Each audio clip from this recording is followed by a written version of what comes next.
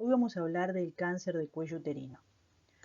Para abordar este tema, en primer lugar nos vamos a referir a la entidad del problema, tanto a nivel mundial como a nivel nacional. En segundo lugar, vamos a hacer un desarrollo extenso sobre la etiopatogenia del cáncer de cuello uterino, lo cual nos permite el desarrollo de las estrategias de prevención primaria, secundaria y terciaria. Vamos a hablar de prevención primaria, secundaria y terciaria. En cuanto a la entidad del problema, vamos a ver cuál es la incidencia a nivel mundial, de acuerdo a los reportes de organismos internacionales como GloboCan, con su última actualización en el 2018.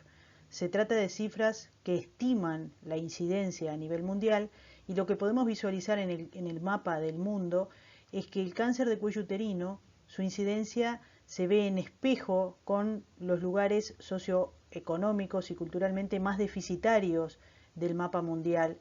Como vemos, los colores más intensos los ubicamos en el continente africano y nosotros, a nivel de Latinoamérica, tenemos varios países con mayor intensidad, es decir, mayor incidencia del cáncer de cuello uterino. Esto es similar a la distribución de los países más deficitarios desde el punto de vista económico. Y si analizamos posteriormente el mapa global de mortalidad, sucede lo mismo. Los lugares más deficitarios económicamente es donde encontramos las mayores tasas de mortalidad causadas por cáncer de cuello uterino. Por lo tanto, ya empezamos a visualizar que se trata de una patología que indudablemente tiene que ver con el desarrollo de estrategias vinculadas con la economía mundial. Cuando vamos a analizar la realidad epidemiológica de nuestro país, nosotros tenemos un registro nacional del cáncer fidedigno, muy respetado a nivel mundial, que nos aporta datos como estamos viendo en esta diapositiva. ¿Cuál es la realidad del cáncer en la mujer en Uruguay? Bueno, en azul vemos las barras que nos muestran incidencia de diferentes cánceres en mujeres uruguayas y en rojo vemos la tasa de mortalidad. Si nos concentramos en el cáncer de cuello uterino, en incidencia corresponde al cáncer tercero en incidencia en la mujer uruguaya. Esa tasa de incidencia representa aproximadamente unos 330, 340 casos nuevos de cáncer de cuello uterino por año. Y cuando vamos a las barras de mortalidad, vemos que el cáncer de cuello uterino es la quinta causa de muerte por cáncer en la mujer uruguaya, lo cual representa aproximadamente unos 110 a 120 muertes de mujeres por cáncer de cuello uterino en Uruguay por año. Al analizar cómo ha evolucionado en estas últimas décadas de acuerdo a diferentes estrategias que se han incorporado en la prevención de esta patología, vemos que en incidencia tenemos una curva que es descendente, pero que se caracterizaba en cuanto a mortalidad, la que vemos a la derecha, que hasta aproximadamente el año 2015 no habíamos logrado, a pesar de las estrategias desarrolladas hasta ese entonces, una disminución franca, en realidad significativa, de la mortalidad por cáncer de cuello uterino en mujer uruguaya, y a partir de esa fecha sí se han logrado cambios significativos con un porcentaje de cambio anual que logra valores significativos. Por lo tanto, podemos ser auspiciosos y esperar para los próximos años que diferentes estrategias, nuevas incorporaciones de prevención sigan impactando en esta tendencia que hemos visto en estos últimos 5 años. Si analizamos la incidencia de acuerdo a las diferentes etapas de la vida de la mujer uruguaya, en el gráfico podemos visualizar en la línea azul la incidencia de casos y en la línea roja la mortalidad por cáncer de cuello uterino. Vemos que los cánceres de cuello uterino los comenzamos a ver ya en la década de los 20, es decir, que es una enfermedad que afecta a mujeres jóvenes en edad reproductiva. Si bien se sigue visualizando que vemos casos en edades más avanzadas, es una enfermedad que claramente afecta a la mujer joven. La mortalidad la comenzamos a ver en edades más adelante, pero también está afectando a población en edad reproductiva y activa económicamente. En cuanto a la distribución por departamentos en todo nuestro territorio nacional, en incidencia a la izquierda y en mortalidad a la derecha, vemos que los departamentos del norte del Río Negro tienen la mayor incidencia de cáncer de cuello uterino y los departamentos fronterizos, y a la derecha podemos visualizar cuál es la mortalidad o cómo está distribuida la mortalidad por cáncer de cuello uterino en diferentes departamentos. Acá tenemos que destacar un punto, que es que nosotros podemos tener alta incidencia, pero realizar diagnóstico precozmente y por lo tanto tener un gráfico que nos muestre baja mortalidad si realizamos tratamientos precoces y adecuados. Pero bueno, esta es nuestra realidad nacional. Vamos a ver ahora la etiopatogenia del cáncer de cuello uterino. Para hablar de la etiopatogenia del cáncer de cuello uterino, tenemos necesariamente que conocer y hablar del virus del papiloma humano. El virus del papiloma humano es la causa etiológica del casi el 100% de los cánceres de cuello uterino. Esta es la arquitectura del virus y este es el científico Harold Surhausen quien describió por primera vez el virus del papiloma humano, quien dio el puntapié inicial al entendimiento de este cáncer y de muchos otros, que ganó el premio Nobel en el año 2008. El virus del papiloma humano es un virus bastante bien conocido, el cual como médicos tenemos que saber cómo se comporta y poder transmitir qué es lo que significa la presencia del virus del papiloma humano.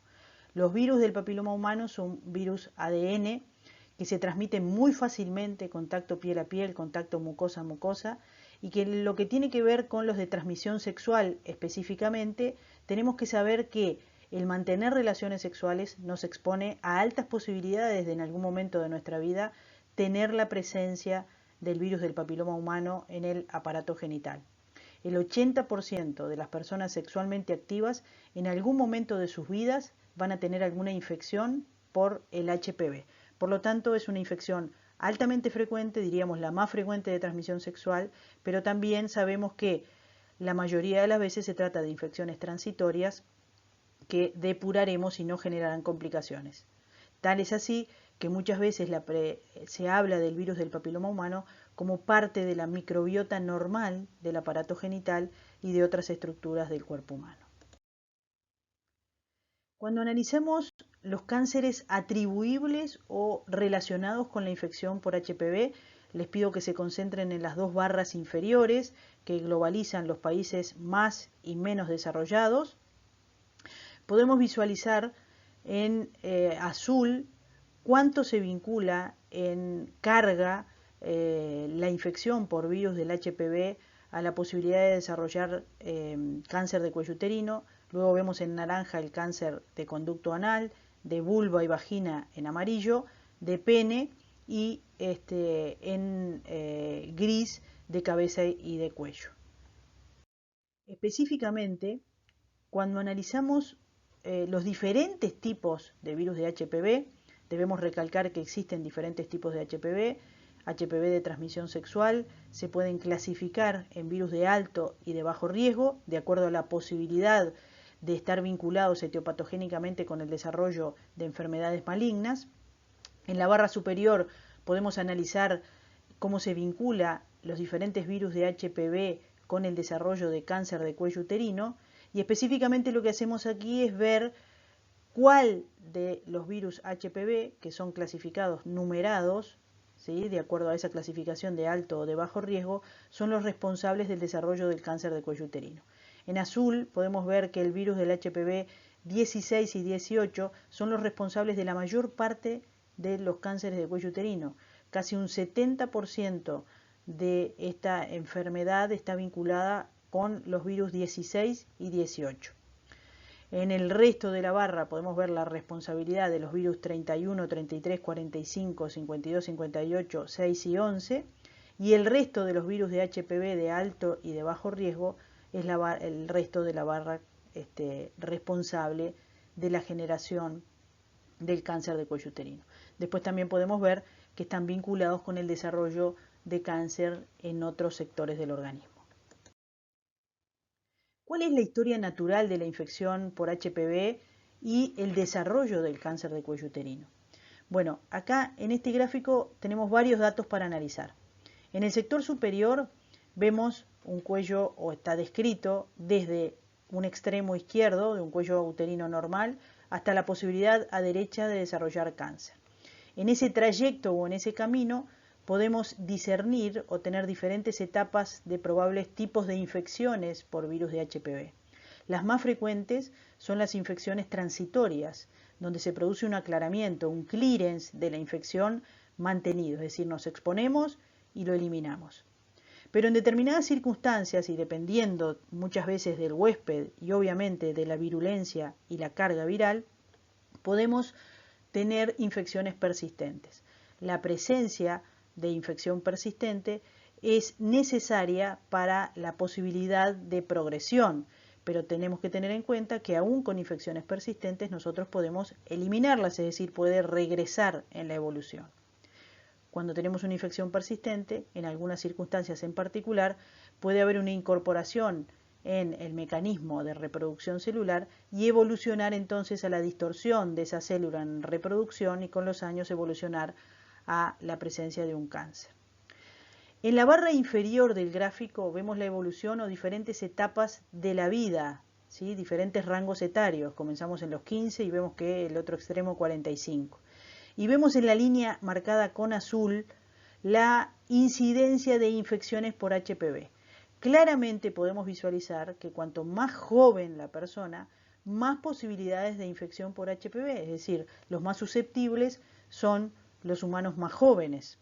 Pero también, cuanto más joven, más posibilidad de clearance, de aclaramiento de esas infecciones, es decir, más posibilidad de que esas infecciones se traten de infecciones transitorias. Esto es lo que justifica que no realicemos tamizaje, como vamos a ver más adelante, en poblaciones muy jóvenes, porque sabemos que esas infecciones por HPV van a ser eliminadas casi en su totalidad. Luego, a medida que avanzamos en los diferentes rangos etarios, lo que podemos visualizar es que la posibilidad de infecciones por HPV disminuye, pero sin embargo, si miramos las líneas en verde y en rosado, lo que empezamos a visualizar en torno a la década de los 30 es que existen más posibilidades con esas infecciones de que se trate de infecciones persistentes, que progresen, que modifiquen el epitelio del cuello uterino y que desarrollen lo que globalmente podemos denominar como precáncer y en la evolución que podamos presentar una enfermedad invasora, la presencia de un cáncer de cuello uterino. En lo que tiene que ver a grandes rasgos como cuál es el mecanismo de acción del virus del papiloma humano, este es un virus que necesita para su reproducción utilizar el mecanismo de reproducción celular. Y para ello lo que hace es ingresar a la célula y utilizar el núcleo celular para producir sus proteínas, sus partículas y finalmente poder liberar a la superficie del epitelio cervical nuevas partículas virales. Desde la presencia de una infección subclínica, que podemos considerar una infección transitoria, nosotros sabemos que podemos tener dos probables caminos. Uno, el que sucede la mayor parte del tiempo y cuanto más joven la persona más probable, es el aclaramiento de la infección. Otro es la posibilidad de evolucionar a una infección persistente. Si visualizamos en el terreno, en la línea superior o en la ruta superior, desde las etapas subclínicas podemos evolucionar en el caso de infecciones persistentes a lo que denominamos en la patología del cuello uterino lesiones epiteliales escamosas que podrán ser de alto o de bajo grado, vamos a ver más adelante de acuerdo a las características. La infección por HPV persistente puede tener diferentes caminos. Uno es el aclaramiento, dependiendo sobre todo del huésped y de la presencia de otros cofactores. Otro camino es la posibilidad de integrarse al genoma de la célula cervical y utilizar el mecanismo celular para transcribir y por lo tanto generar proteínas del virus, como son la E6 y la E7, cuya primera función va a ser bloquear mecanismos de protección celular, de autoprotección, como son el gen de producción de la P53 o del retinoblastoma. Cuando el virus logra generar estas proteínas y en definitiva interferir con el mecanismo de transcripción normal de la célula del cuello uterino, es que se genera la inestabilidad genética en esa célula y puede producirse la progresión de esas lesiones a lesiones que invadan, que atraviesen la membrana basal del epitelio cervical y que en definitiva sean la etapa de la enfermedad ya maligna, invasora, el cáncer de cuello uterino. En los cuadrados superiores nosotros podemos ver muestras citológicas, es decir, cómo vemos las células en las muestras citológicas del cérvix. Y vemos desde la izquierda a la derecha muestras citológicas normales hasta muestras citológicas totalmente anormales como son el cáncer invasor. Visualizamos también la imagen mediante especuloscopía o colposcopía del cuello uterino, desde la visualización de un cuello uterino normal a izquierda hasta la visualización de un cuello uterino con una lesión claramente macroscópica en la superficie del cuello. Nosotros sabemos, como hemos visto, que el virus del papiloma humano es el principal responsable etiológico de estas enfermedades y sabemos que podemos tener infecciones transitorias en verde o infecciones persistentes necesarias para el desarrollo de lesiones preinvasoras o invasoras en el cuello uterino. En el sector superior podemos visualizar las características de las células cervicales de acuerdo a la presencia o ausencia de virus de HPV. Lo que vemos en los cuadrados centrales es las imágenes características de células cervicales con núcleos importantes, con un citoplasma más blanquecino, que se denominan coilocitos, vinculados con elementos sugestivos citológicos de la infección por el virus del HPV. Sabemos que desde un cuello normal hasta un cuello francamente patológico podemos transitar por estas diferentes etapas de la infección por el virus del HPV y que hemos visto que las infecciones pueden ser transitorias o persistentes. Y dependiendo de cuánto haya modificado ese epitelio cervical, podremos estar en etapas de posibilidad de regresión de la enfermedad o de progresión y pasar a las etapas de invasión, que ya se trate de patología irreversible. Esto depende de la edad, de la inmunidad de quien aloje este virus y de la presencia o ausencia de otros cofactores que favorezcan la actividad del virus del HPV. ¿Cómo es que infecta o qué cosas facilitan la presencia del HPV en el cuello uterino? Bueno, la zona del cuello uterino más susceptible para la infección por el HPV es la denominada zona de transformación, aquella zona de transición entre el endo y el exocervix. Recordemos que el endocervix presenta un epitelio glandular, el exocervix un epitelio estratificado escamoso, y en la zona de transición hay una modificación de epitelio glandular a epitelio escamoso, es decir, hay una zona de metaplasia, de cambio de un epitelio maduro por otro maduro, y en esa zona hay mayor actividad celular y es una zona proclive entonces a la infección y necesaria para la producción de nuevas partículas de virus por HPV. Lo que puede suceder, como se ve en el esquema, es que pequeñas efracciones del epitelio cervical favorezcan el ingreso de los virus HPV a la zona más profunda del epitelio cervical, es decir, a la membrana basal, donde se produce la generación de nuevas células cervicales y infectar esas células para utilizar su mecanismo de reproducción celular para reproducir sus partículas. Es así que en esta imagen lo que vemos es un esquema general del epitelio cervical.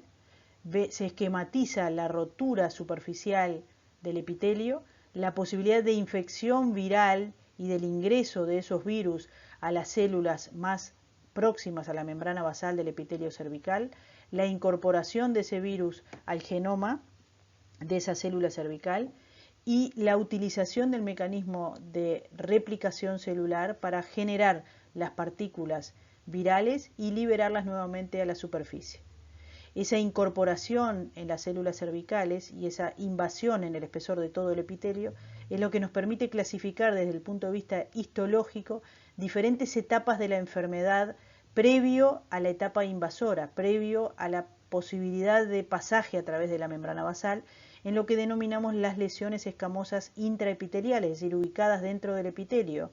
De acuerdo a la severidad o al espesor del epitelio en que se encuentre comprometido, podrá tratarse de las denominadas lesiones intraepiteliales cervicales de grado 1, 2 o 3, o globalmente podemos hablar de lesiones de bajo o de alto grado de acuerdo a la cantidad del epitelio comprometido.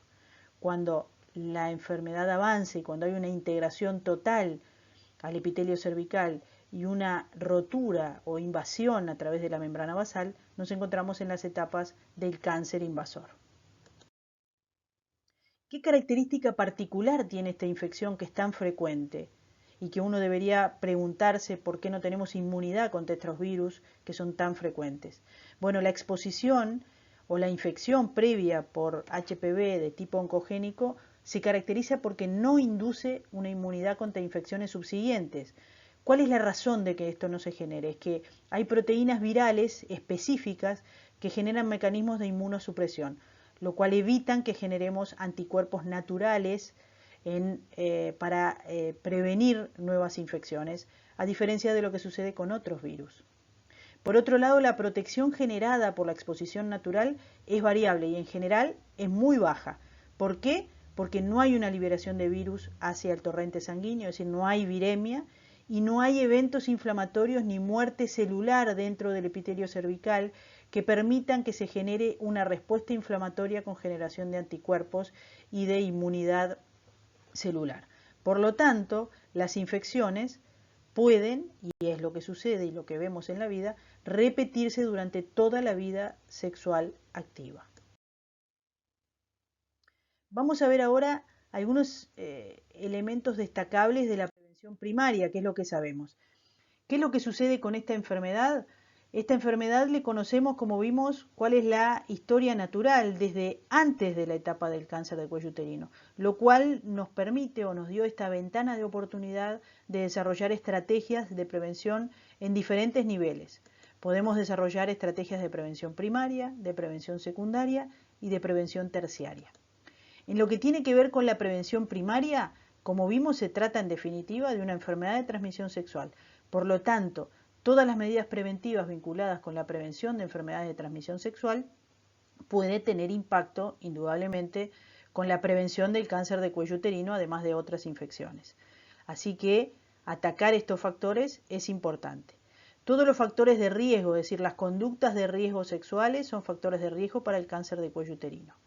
Y el otro elemento fundamental a considerar en la prevención primaria es el desarrollo de vacunas. Como vimos, la infección por virus de HPV a nivel del aparato genital se caracteriza inmunológicamente porque no nos permite desarrollar una inmunidad natural. En ese sentido, se han desarrollado múltiples vacunas cuyo objetivo, a grandes rasgos, es que desarrollemos anticuerpos que nos permitan de antemano poder responder ante probables infecciones. Hoy en día existen vacunas desarrolladas contra los virus del HPV más frecuentemente involucrados con el desarrollo del cáncer de cuello uterino, el 16 y el 18, vacunas que tenemos disponibles en nuestro medio y que están dentro del esquema de vacunación, y también vacunas que han ampliado la cobertura y que abarcan los otros virus vinculados con casi el 90% de los cánceres de cuello uterino globalmente en todos los grupos. En cuanto a la prevención secundaria, conocemos toda la historia natural de la enfermedad y sabemos que la enfermedad tiene un periodo largo en el que transcurre que es asintomática y también un periodo largo en el que transcurre en que es preinvasora. Por lo tanto, todas las medidas que desarrollemos de detección precoz y o de tratamiento oportuno y adecuado, en definitiva, nos van a evitar o la evolución hacia el cáncer invasor o en definitiva la muerte, que es lo que queremos evitar en cualquier enfermedad. Y en lo que se refiere a prevención terciaria, cuando ya la enfermedad se encuentra instalada, es clave que desarrollemos estrategias para disminuir las complicaciones, es decir, la morbilidad, y que nos permitan la rehabilitación.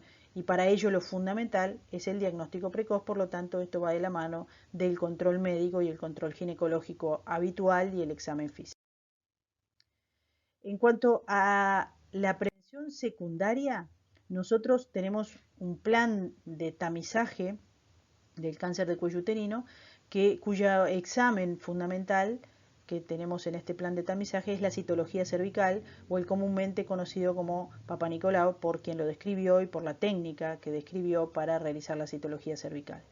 La citología cervical o Papa Nicolau, en definitiva, es un examen accesible al ejercicio médico general, que lo único que requiere es realizar una especuloscopía, como vemos en esa imagen, la visualización del cuello uterino y en definitiva el objetivo de la citología es obtener una muestra de las células que se descaman de la superficie del exocervix y una muestra de las células que se descaman del endocervix, para lo cual nos valemos de una espátula y de un cepillo que se introduce en el endocervix y utilizamos un portaobjeto, una lámina, para la preparación, el guardado y después la interpretación.